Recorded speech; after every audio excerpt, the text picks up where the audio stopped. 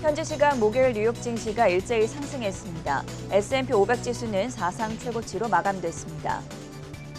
미국의 5월 CPI가 전년 대비 5% 상승하면서 2008년 8월 이후 최고치를 나타냈습니다. 미국의 주간 실업부업 청구 건수가 37만 6천 명으로 집계되면서 6주 연속 감소했습니다. 오늘 밈 종목들이 하락했습니다. 게임스톱이 27%, AMC가 13%, 클로벌 헬스가 15% 급락했습니다. 유럽 중앙은행이 금리를 동결한 가운데 채권 매입 프로그램 규모를 유지하겠다고 결정했습니다. 라가르드 ECB 총재는 유로존이 성장세를 나타내고 있다며 하반기에 강한 개선이 전망된다고 말했습니다. OECD에 따르면 미국의 1분기 GDP 성장률이 1.6%로 전분기인 1.1%보다 확대됐습니다. IMF는 엘살바도르의 비트코인 법화 채택에 우려를 표시했습니다.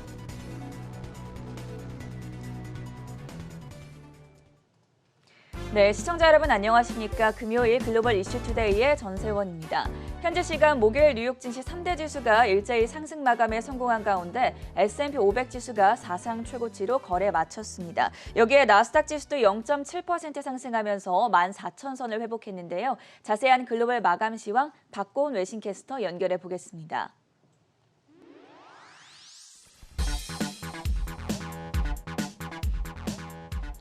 네, 뉴욕 증시 마감 시황 전해드리겠습니다.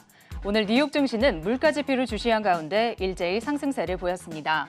다우 지수는 0.06% 올랐고 나스닥 지수는 0.78% 상승, 그리고 S&P 500 지수는 0.47% 오르며 사상 최고치를 경신했습니다.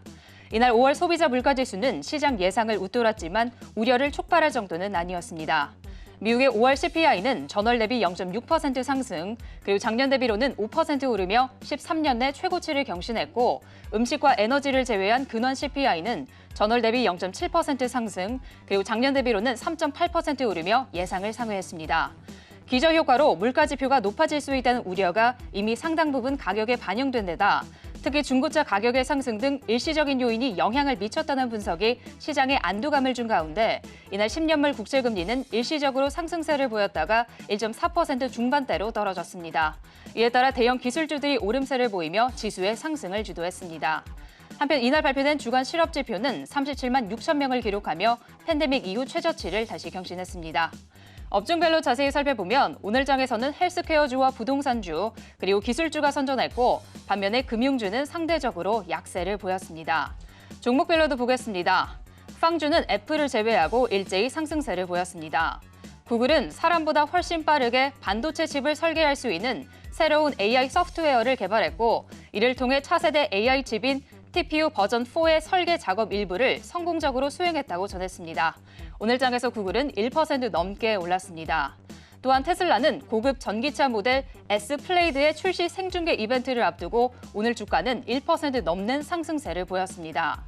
다음으로 IT 서비스 관리 업체인 서비스나우는 골드만삭스가 서비스나우의 고객 기반이 향후 더욱 늘어날 것이라고 전망했고 내년에는 매출 증가세가 가속화할 것으로 내다봤습니다. 이에 따라 서비스나우를 강력 매수 목록에 추가했고 목표가는 $695로 제시한 가운데 주가는 5% 넘게 올랐습니다. 다음으로 보잉은 미국 내 항공 수요 회복에 대한 기대감이 커지는 가운데 유나이티드 항공이 보잉 737 맥스 기종을 포함한 여객기 최소 100대를 구매하기 위한 논의를 진행 중이라는 소식이 전해졌습니다. 오늘장 보잉은 강보합권에서 마감했습니다. 다음으로 밈 종목들의 주가 흐름도 보겠습니다. 게임스톱은 전날 시장 예상보다 양호한 실적을 발표했지만 올해 실적 전망을 제시하지 않았고 500만 주 신주 발행 계획을 전한 가운데 주가는 25% 넘게 떨어졌습니다. 베어드는 게임스톱에 대한 중립 투자 의견과 목표가를 $25로 제시했습니다. AMC는 지난 이틀간 이사진 5명이 거의 $400만 가량의 주식을 처분했다는 소식이 전해졌습니다. 오늘장 AMC는 10% 넘게 내렸습니다. 또한 클로버 헬스는 뱅크 오브 아메리카가 클로버 헬스에 대한 투자 의견을 매도로 하향 조정한 가운데 오늘장에서도 10% 넘게 하락했고 클린 에너지 퓨얼스도 10% 넘게 내렸습니다. 다음으로 제약사들의 주가 흐름도 보겠습니다. 바이오젠은 알츠하이머 치료제에 대한 FDA 승인 이후 UBS가 투자 의견을 매수로 상향했고 목표가는 $500로 올렸습니다. 주가는 1% 넘게 올랐습니다. 또한 브리스톨 마이어는 림프종 관련 임상 3상에서 긍정적인 결과를 발표한 가운데 3%대 올랐습니다. 한편 모더나는 미 FDA에 자사의 코로나 백신 긴급 사용 대상 연령을 12세에서 17세 청소년으로 확대해줄 것으로 요청한 가운데 주가는 약보합권에서 마감했습니다. 다음으로 UPS도 보겠습니다. JP모건은 UPS가 강력한 가격 결정력을 보유하고 있고 올해 실적 전망이 예상을 상회할 것으로 전망했습니다. 이에 따라 UPS에 대한 투자 의견을 비중 확대로 상향했고 목표가는 243달러로 올렸습니다. 오늘 장 UPS는 1%대 상승했습니다. 다음으로 유럽으로 넘어가 보겠습니다. 유럽 주요 증시는 유럽중앙은행의 통화 완화적인 기조를 재확인한 가운데 혼조세를 보였습니다. 이날 ECB는 기준금리를 동결하고 채권 매입 규모와 속도를 그대로 유지하기로 했습니다. 독일 닥스 지수는 0.06% 내렸고 프랑스 깍그 지수는 0.26% 떨어졌습니다. 반면에 영국 증시는 0.1%대 상승했습니다. 마지막으로 상품 시장도 보겠습니다. 국제유가는 하반기 원유 수요가 유지될 것이라는 기대에 상승세를 보였습니다. 오펙은 올해 전 세계 원유 수요가 하루 600만 가량 늘어날 것이라고 내다봤습니다. 또한 미국의 물가 지표가 예상을 웃돌며 경기 회복 기대가 높아진 가운데 WTI는 0.5% 오른 70달러 선을 마감했고 브렌트유는 0.4% 상승한 72달러 선에 거래되었습니다. 그리고 금 가격은 미국의 물가 지표를 주시하며 국채 수익률이 하락세를 보인 가운데 상승세를 보였습니다. 오늘 장 금 가격은 0.1% 상승한 1,896달러 선에 마감했습니다. 오늘 장 마감 시황 전해드렸습니다.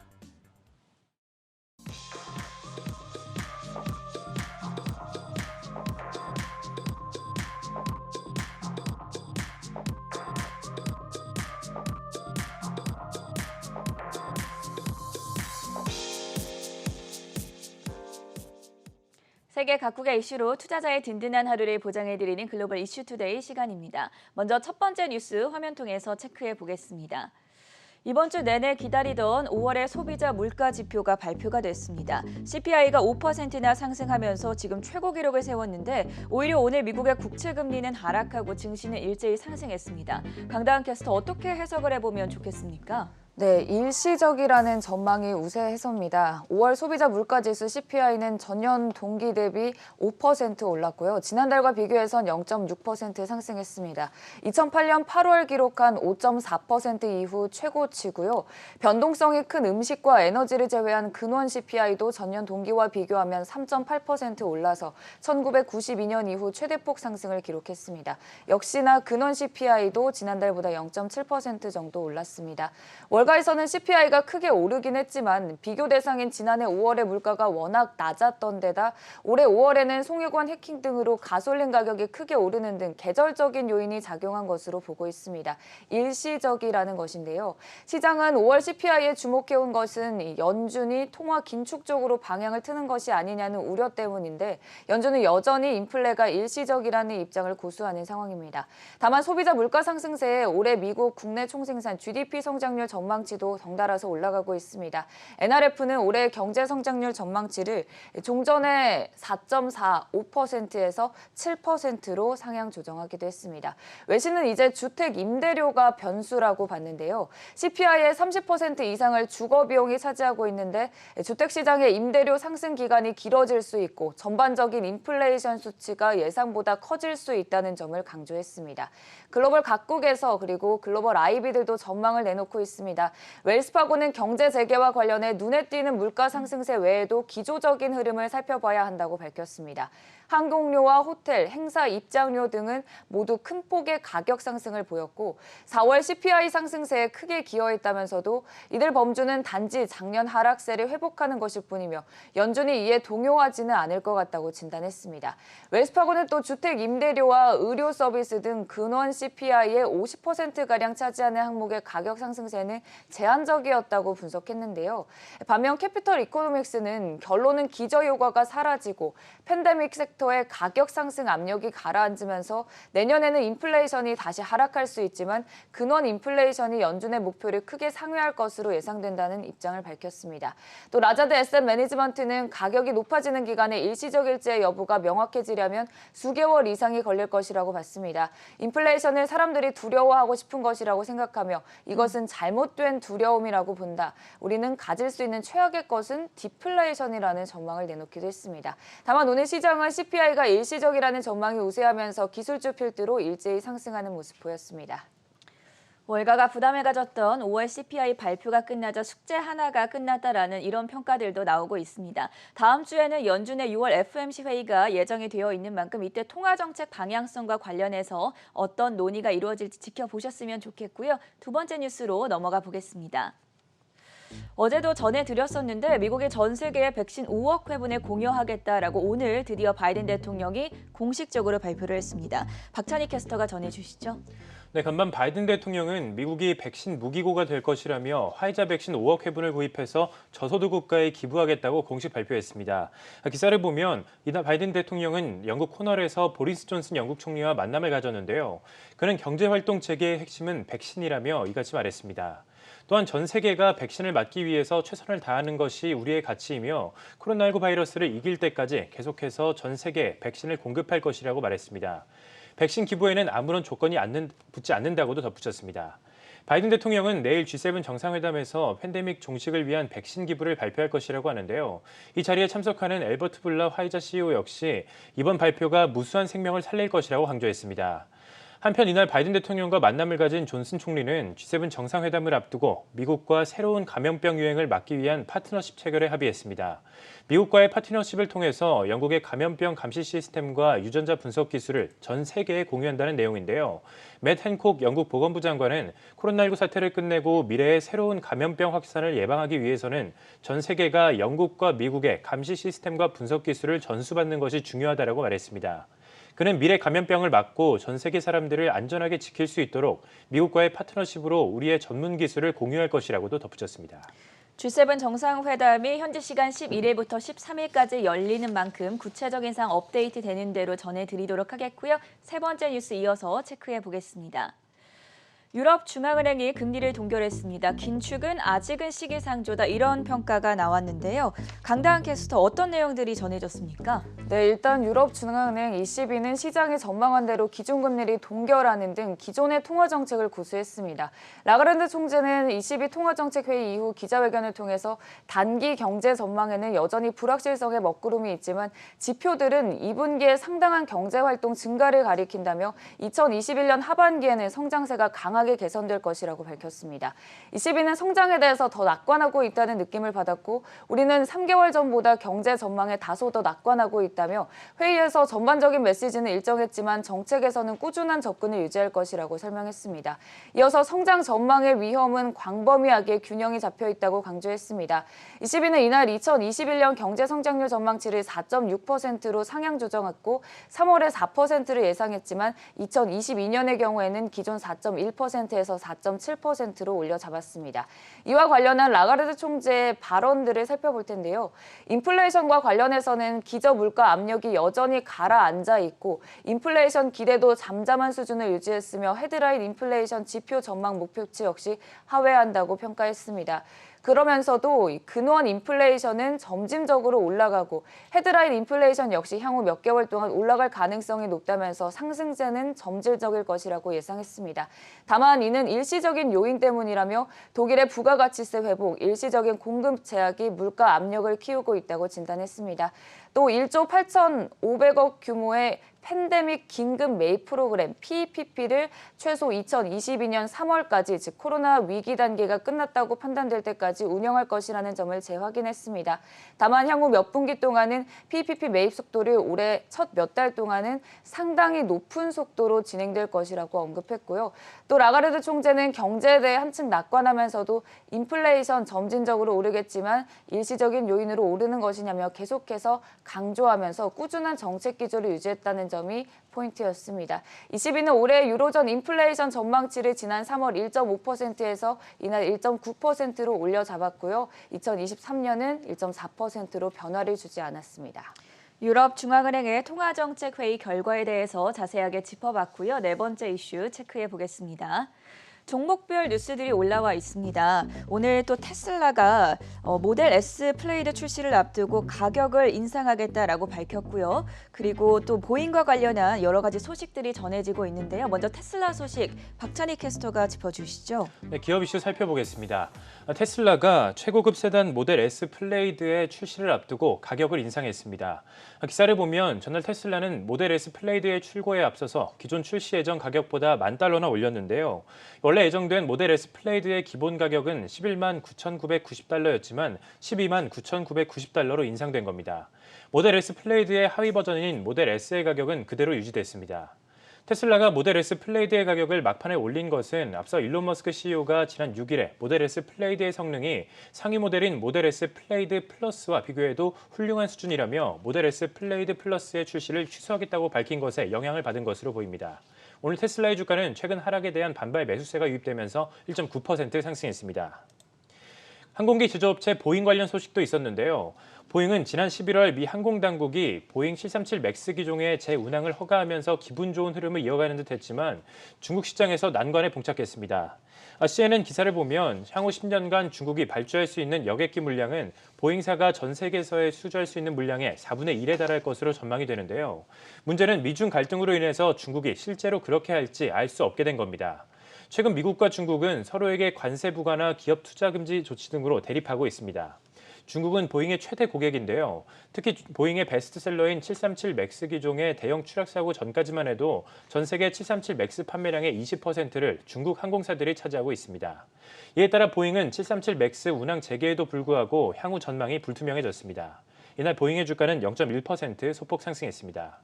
한편 이번 주 초까지만 해도 큰 폭으로 오르면서 시장의 관심을 한몸에 받았던 밈 주식 AMC가 3거래일 내리 급락하고 있습니다. 보도에 따르면 AMC의 이사 5명이 지난 이틀간 거의 $400만 어치의 주식을 매각했다고 하는데요. 최근 급등에 따른 차익 실현에 나선 것으로 풀이가 됩니다. 오늘도 AMC의 주가는 13% 급락했습니다.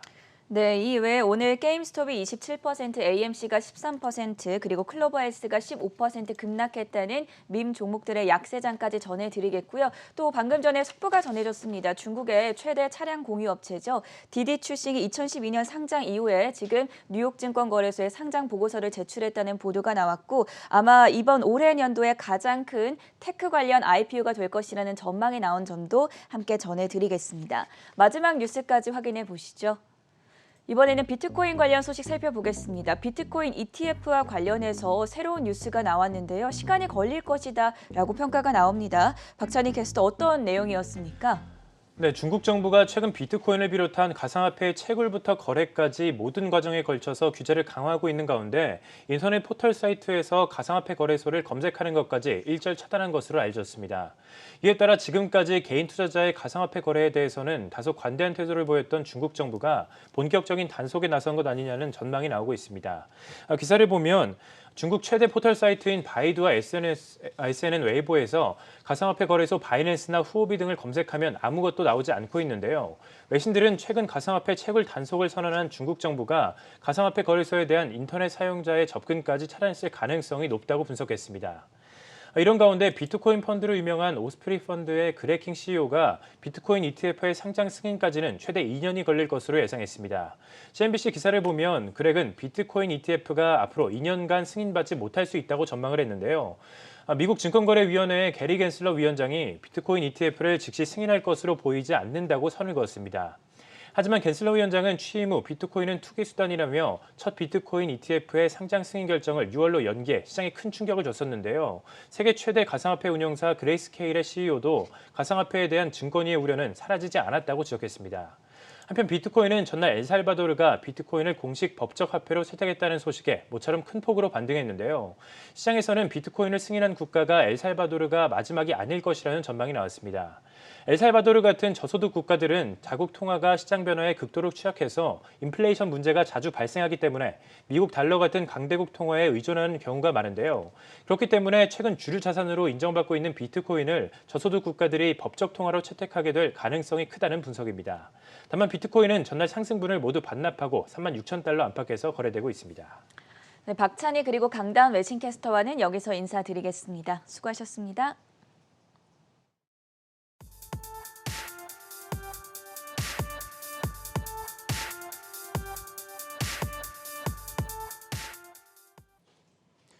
네, 오늘은 골드만삭스가 선정한 합리적인 가격의 성장주에 대해 살펴보겠습니다. 최근 가치주가 성장주를 앞지르고 있는 상황에서 골드만삭스는 이 같은 기조가 3분기에도 이어질 것으로 전망했는데요. 성장주를 포트폴리오에 고려하고 있는 투자자들에게 꼭 필요한 개념이 있다면서 GARP, Growth at a Reasonable Price라는 아이디어를 제시했습니다. 이 GARP, 흔히 합리적인 가격, 적당한 주가의 성장주라고도 불리는데요. 펀드 매니저의 전설로 알려진 피터 린치가 고안한 투자법으로 밸류에이션이 과도하지 않으면서 성장성 있는 기업을 뜻하기도 합니다. 그럼 골드만삭스가 정리한 합리적인 가격의 성장주들 지금 바로 확인해 보겠습니다. 네, 목록에 가장 먼저 오른 건 페이스북이었습니다. 골드만삭스는 페이스북의 주가가 현재 고평가돼 있지 않고 페이스북의 든든한 실적 또한 현 가격을 뒷받침해주고 있다고 전했는데요. 넷플릭스나 아마존 등 기타 팡주들이 최근 고전한 바 있지만 페이스북은 지난 3개월 동안 20%가 넘는 성장세를 보였다고 강조했습니다. 페이스북 이 같은 긍정적인 의견에 힘입어 현재 월가 분석가들의 투자 의견도 매수로 집계된 점 확인하실 수 있습니다. 골드만삭스가 두 번째로 주목한 기업은 코스트코였습니다. 골드만삭스는 현재 생필품 섹터에 속해 있는 기업들 가운데 코스트코가 가장 높은 성장률을 기록하고 있다고 밝혔는데요. 실제로 지난주 발표한 3분기 실적에서도 주당 순이익은 2.75달러, 매출은 약 452억 달러로 집계되면서 시장 전망치를 모두 상회하는 모습을 나타내기도 했습니다. 현재 다수의 IB들은 미국 경제가 회복기에 접어들면서 코스트코의 매출이 더 늘어날 것으로 예상하고 있는데 코스트코 지난 3개월 동안 17% 가까이 상승하면서 현재 안정적인 주가 흐름 이어가고 있는 상황입니다. 이 외에도 램리서치와 IQVIA 홀딩스 모두 매수 의견 받으면서 현재 합리적인 가격 제공하고 있다는 점 참고하시기 바랍니다. 다음 살펴볼 기업은 미국의 농기계 제조회사 디어입니다. 골드만삭스는 산업 섹터 가운데 디어가 가장 돋보였다고 전했는데요. 최근 한 달 사이에 10% 가까이 빠진 점은 조금 아쉬웠지만 그래도 올해 들어서 27% 넘게 오르고 또 12개월 기준으로는 2배 이상 늘어난 점을 긍정적으로 평가했습니다. 한편 디어 측은 세계 경제 회복으로 인해 농기계 건설 장비 수요가 증가하면서 올해 회계연도 가이던스를 상향 조정했다고 밝히기도 했는데요. 다만 최근 제조에 필요한 강철, 마이크로칩 등이 부족함에 따라 올해 공급망 압력이 더욱 심화될 수 있다고 덧붙이기도 했습니다. 이어서 월가 분석가들의 선택을 수차례 받은 어플라이드 머티리얼과 의류 소매업체 TGX 커머니티스, 또 항공우주산업에 종사하는 레이테온 테크놀로지스도 리스트에 올랐는데요. 세 기업 모두 투자 의견 매수로 집계되면서 월가 IB들의 주목을 받고 있는 점 참고하시기 바랍니다. 네, 이렇게 오늘은 골드만삭스가 선정한 합리적인 가격의 성장주에 대해 살펴봤고 다음 이슈는 전가한 캐스터가 전해드리겠습니다. 네, 다음으론 6월 들어 주식 토론방 레딧에서 가장 주목을 받고 있는 밈 종목 8가지 알아보겠습니다. 클로버 헬스 인베스트먼트 메디케어 보험 기술 회사로 영향력 있는 벤처 사업가 차마스 팔리하피티어의 지원을 받고 있습니다. 1월에 스펙을 통해 상장을 했는데 그동안은 스펙 공모가보다 가격이 낮아서 투자자들에게 실망감을 안겨줬습니다. 하지만 이번 주에 클로버가 월스트리트 배츠 인기 순위에서 1위로 올랐는데요. 화요일엔 한때 주가가 2배 이상으로 오르며 폭등하기도 했습니다. 다음으론 블랙베리입니다. 기존 스마트폰 사업에서 기업 보안과 소프트웨어 회사로 전환을 했는데요. 코로나까지 겹치면서 올해 11억 달러의 순손실이 나기도 했습니다. 하지만 최근 아마존과 바이두와의 신규 계약이나 기존 계약 확장 소식을 전하기도 했고요. QNX 실시간 운영 체제로 자동차 회사들의 주목을 받고 있기도 합니다. 또 비디오 게임 유통업체 게임스톱과 영화관 체인 AMC도 여전히 목록에 있습니다. 지난 1월 두 종목이 요동친 이후 레딧 회원들은 대마초 관련주로 관심을 돌렸습니다. 이 때문에 캐나다 대마초 생산업체 틸레이는 2월에 주가가 3배 이상 치솟기도 했습니다. 토론방에서는 앞으로 몇 주 내로 그때와 비슷한 상황이 일어나지 않을까 주목을 하고 있습니다. 노키아는 네트워크 인프라 부문에서 1분기 매출이 22% 증가하며 모바일 네트워크와 클라우드 서비스 분야의 손실을 만회했습니다. 하지만 US 뉴스는 노키아가 최근 치열한 5G 경쟁에 직면해 있고 또 전 세계 반도체 부족 문제가 있기 때문에 다음 분기에 어려움을 겪을 수 있다고 전망했습니다. 썬다이얼 그로워스 들어보셨나요? 역시 대마초 종목 중 하나인데요. 월스트리트 배츠에선 계속 주목을 받고 있습니다. 실적은 별로 좋지 않았습니다. 이 회사는 1분기 매출 작년에 비해서 30% 가까이 줄었고 대마초 판매량도 분기별로 45% 줄었다고 발표했습니다. 또 증자를 위해서 주식을 매각하기를 반복하면서 순손실을 기록하기도 했습니다. 마지막으로 목록에는 팔란티어까지 확인하실 수 있습니다. 네, 이렇게 오늘은 레딧 주식 종목 토론방의 6월 최신 트렌드 종목들 짚어봤습니다. 금요일 글로벌 이슈투데이가 준비한 시간 여기까지고요. 저희는 시장에 대한 더 자세한 분석 들고 잠시 후 굿모닝 투자의 아침으로 돌아오겠습니다.